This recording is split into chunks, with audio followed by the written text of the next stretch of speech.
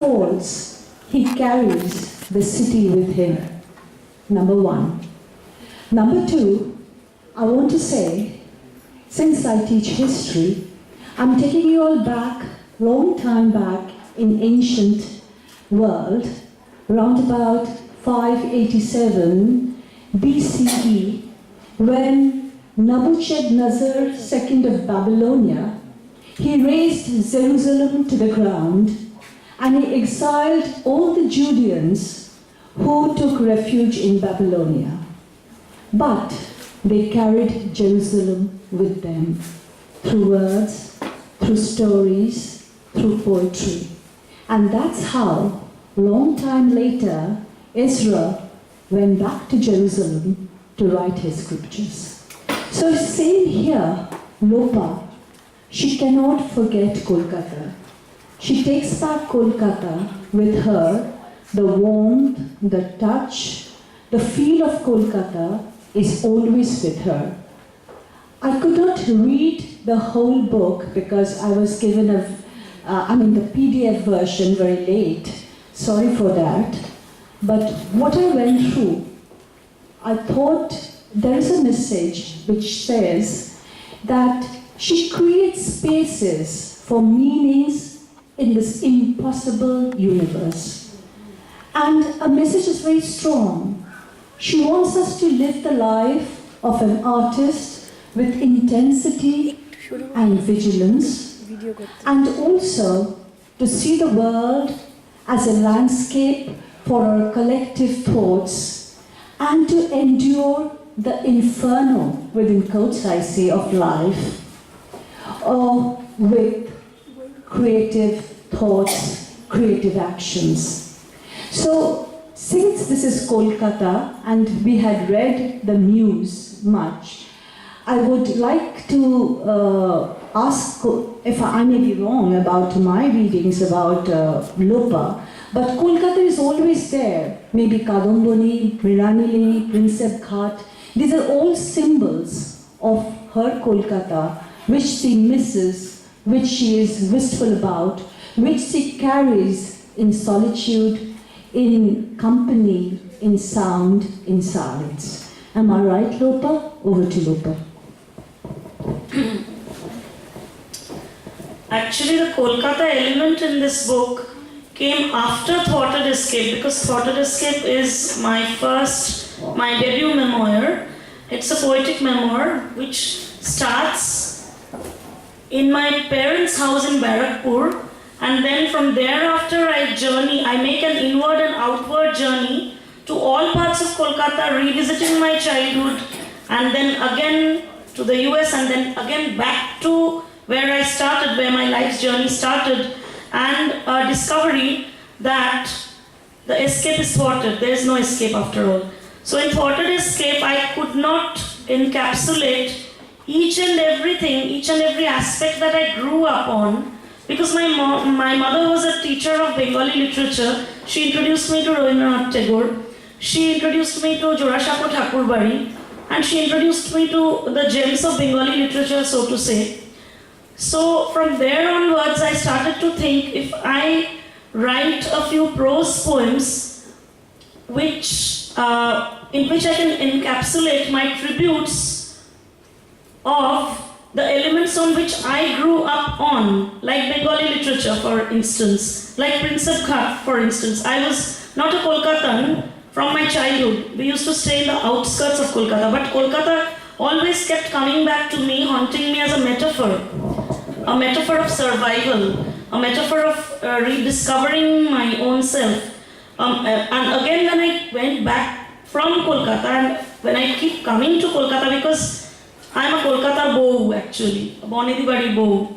So when I keep coming back to my in-laws' house, very near Bhavanipur and Hajra, actually, to say a very interesting fact, my in-laws' house, the ancestral one, which is not there right now, it has been revamped into an apartment. It was chosen by Satyajit Ray for one of his movies, but then it didn't work out. But it had those ancient pillars, those shiked janla, which is I don't know how to rephrase it. Some things are actually better left in Bengali, don't you think so? As a Kolkatan, as a Bengali, there are no exact ways of translating it. We might transcreate them, but some phrases or some referrals, I think, are more dearer if spoken in Bengali. The references are made more clearly. So those parts, and then coupled with the Western literature background that I had, mix and match, I wanted to experiment with both the Western world of literature which I studied, which I was fed on in my later years, and the Bengali literature aspects as well as the Kolkata aspects. And then cinema was another, like, a piece of my heart, I would say, is still. So 100 years of cinema is also there in the book. So I would say, more than Kolkata, it is the Indian heritage which I'm emphasizing on, and Kolkata is a huge chunk of it, because I could not escape it. Kolkata is a part of me. And primarily the reason behind all these tributes in a poetic form is I wanted to leave a legacy for my daughters. Because born in America, they don't know the richness of their legacy, they don't know the richness of their heritage. It is me who can gift them those worlds in poem, in prose, in literature, in art form, so that they can later, when they understand, they get a grasp of things, they can celebrate the richness and the inexplicable beauty of the landscape, of the mindscape that I am part of. And from there I would like to invite Saheli to say a few words about Kolkata and about what she felt from her reading of my book, especially the Kolkata aspect of it. Thank you, Lopa. I wouldn't say that I'm going to speak about the Kolkata aspect of what Lopa always highlights. On the contrary, I feel whether she's talking about Kolkata, whether she's staying in US, and like she keeps on uploading some videos of how she's singing Robindra Sangeet and even teaching her daughters to do so. One thing is very clear, that is, Lopa is an extremely sensitive human being. And she writes on stories of her own life, in short proses. I have read that before as well. Maybe such events have also taken place in our lives, but we don't know how to express it. Because she's sensitive, there are certain images, even from her childhood, that has not just touched her, but she can express that in the form of poetry or prose. I mean, that is where one can actually relate to what she's saying. Because I will not say that she's talking about a certain part of Kolkata, that's why being in Kolkata I can relate to that part. It's not that. It's about the feeling. It's about how she has, seen that event, how she has imbibed the feeling of that event. That is something which one can relate to. At least I could. So I think it's best if I read a part of one of her writings. This is a prose poetry.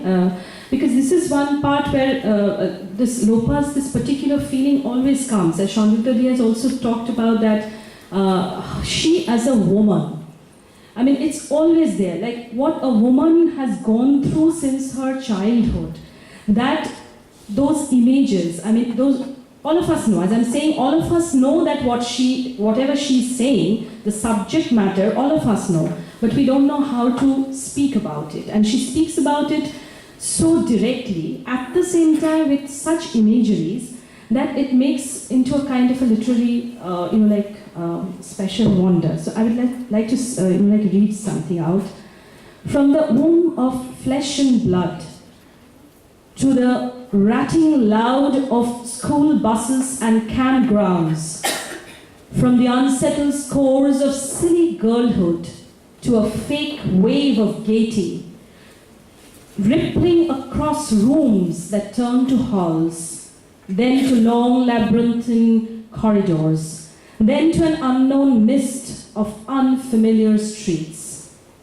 From the sanitary pad that held my first virgin blood of menstruation to the ripped nightwear I shed off today, the mask of a woman nestling overgrown cities within her folds. From the rubbles of an earth that have died within me, with each tight slap on my innocence, with each death of a dear and loved one, with each leap I have taken from surrendering myself to pulling myself away. From the paper boats of my child days, floating in muddy paddles, to the dense clouds floating in the ashen skies above a new home where I have been moored now, a new bee for the umpteenth time. From your tooth fairy tale and your quizzes to the loss of my own childhood dreams, from the scattered notes of my forgotten textbooks to the solitary makeshift haven of books, music and writing, I roam hither and thither, taking in your foamy talks. I hope you will believe someday that the topography of a fertile adult mind, of a middle-aged woman, is a cure one. The mind of your mother, who is full of you, both and her cracked earth and the overwhelming mass of her stories. And this is something she writes for her daughters. This and is a short memoir, actually. Yeah, and this is the topography of her mind. So basically this shows what she feels. And I strongly believe, not just as a friend, but as an ardent admirer of what she writes, and she has been writing for all these years, that what comes out in whatever she writes, prose or poetry, is that feeling. I mean, because she's very sensitive, so there are certain things which probably doesn't touch us, they touch her. So I think, Sharmila. Well, Nishi, I won't call you Dr. Pulugurtha, right? So, Nishi. As I was just sitting here, I was reminded of a phrase which Mina Alexander used. She uses it as the title of her memoir, Fault Lines. And the moment I think of the diaspora or a diasporic poet or a diasporic writer, I am reminded of the word fault lines. And all of us do know that if there is a place which is located on a fault line, there will be tectonic movements now and then, and they are going to cause a lot of upheavals. And these upheavals, these uprootings, these movements are a very common thing with the diasporic poet, diasporic writer. And as I was just listening to Saheli's, what Saheli was saying, I was just reminded of the fact that as a woman, even if you are not diasporic, there are movements, there are uprootings, and you end up being located elsewhere, right? And finding your home, and even the ideas of home are multiple for us. And for the diasporic poet, I guess these multiple meanings of home, what home really is, increases even manifold. So, and I was really interested in the way in which Lopa divides the poems on the subjects that she has chosen about. And there are a couple, I mean, everybody has spoken about the Kolkata poems that she's written, but the cityscape, which in some way has been a home to her, has always haunted her imagination and has come back to her in various myriad forms. And there's something nice about the cityscape that she writes about. But I was also interested in the way she's writing poems on Indian cinema, because Indian cinema, I mean, it's the largest film industry, and Indian cinema and Bollywood are very important cultural markers. And you know, whatever we do, film somehow or the other comes into our discussion and into our thought. And I was very interested in the way she was using certain films, you know, not just Shotvajit Rai, who of course colors all our imagination, but she's using films like Ijazat, Saath Saath, which I found very interesting. So I would like to ask her to say something more about the poems which are inspired by films that have colored her imagination and are part of her being. Thank you, Nishi, for such evocative talk. 100 years of Indian cinema is a concept which came to to me when I was in the US. I was seeing on the television the clippings, the snippets being shown when 100 years of Indian cinema was being celebrated. And being an ardent admirer of Indian cinema, not of the regular Hollywood fare, but of Gulzar, of Smita Patil, of certain films of Yash Chopra, including Silsila, which hadn't done commercially well at that time, as much as I know, but which is a very sensitive portrayal of a love story. And then, of course, Satyajit Ray, who can evade his influence. All these formed montages in my mind. And I started with Smita Patil because before this book, there was an anthology of women poets which I was editing. And I was on the panel and I was told to write 10 poems at random. So I chose to write about Smita Patil. It was her birthday and it came up on Facebook. There was somebody in a fan page who was giving her a tribute. So that day I just went ahead and wrote about Smita Patil, about her reluctance to be a part of the Bollywood mainstream, which is there depicted in the poem itself. And from there started my journey to unravel the various female muses, I would say, in cinema, which started from Durga, the depiction of the teenage Durga in Satyajit Ray's epic film, Pather Pachali, to Opur Shangshar's Opu and Apurna. Then again I go to Indian cinema, like the Bollywood, but chosen films of Bollywood which are very close to my heart.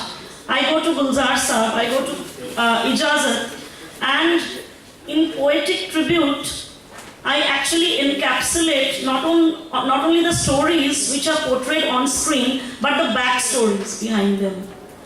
So the idea behind writing the cinema portion and the cinema tributes is to encapsulate those emotions in poetic form and sometimes in prose poems to depict the journey of Indian cinema which has moved my persona, which has resonated with my emotions. So that is basically the crux of it. And then I was actually ending that book the day when Sridevi died. It was such a heart-wrenching tale, and I wrote in prose form the very hypocrisy of Bollywood in depicting Sridevi's story and how her story ended. It was all a lie in my eyes, sorry to say. Then I ended it there because I'm not a very huge fan of Sridevi, but her journey, it so resonates with the other heroines who are part of the industry, who give their heart and soul to the industry, and what happens to their own personal lives, what price they have to pay.